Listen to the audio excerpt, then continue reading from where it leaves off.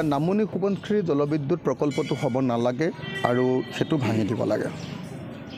আমি যিদিনাই সুযোগ পাম চৰকাৰলৈ যেতিয়াই আহিম তেতিয়াই ৰাইজৰ দলে নামনি সোৱণশিৰি জলবিদ্যুৎ প্ৰকল্পটো বন্ধ কৰি দিম আৰু সোৱণশিৰি নদীত মধ্য সোৱণশিৰি আৰু আপাৰ সোৱণশিৰি বুলি আৰু দুটা নদী বান্ধৰ কাম চলাই আছে।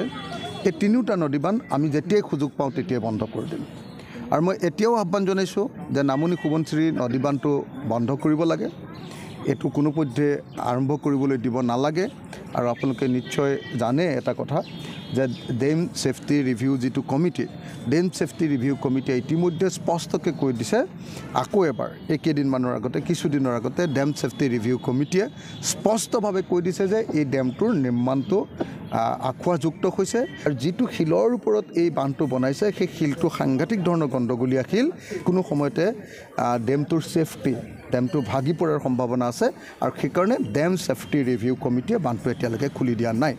মই ভাবোঁ যে কাৰিকৰী কাৰণতে নামনি সোৱণশিৰি জলবিদ্যুৎ প্ৰকল্পটো নহ'বগৈ আৰু এই বান্ধটোৱে কোনোপধ্যে বিদ্যুৎ উৎপাদন কৰিব নোৱাৰিব আৰু সেইকাৰণে যিমান সোনকালে পাৰে এই বান্ধটো ভাঙি দিয়াটো জৰুৰী। নামনি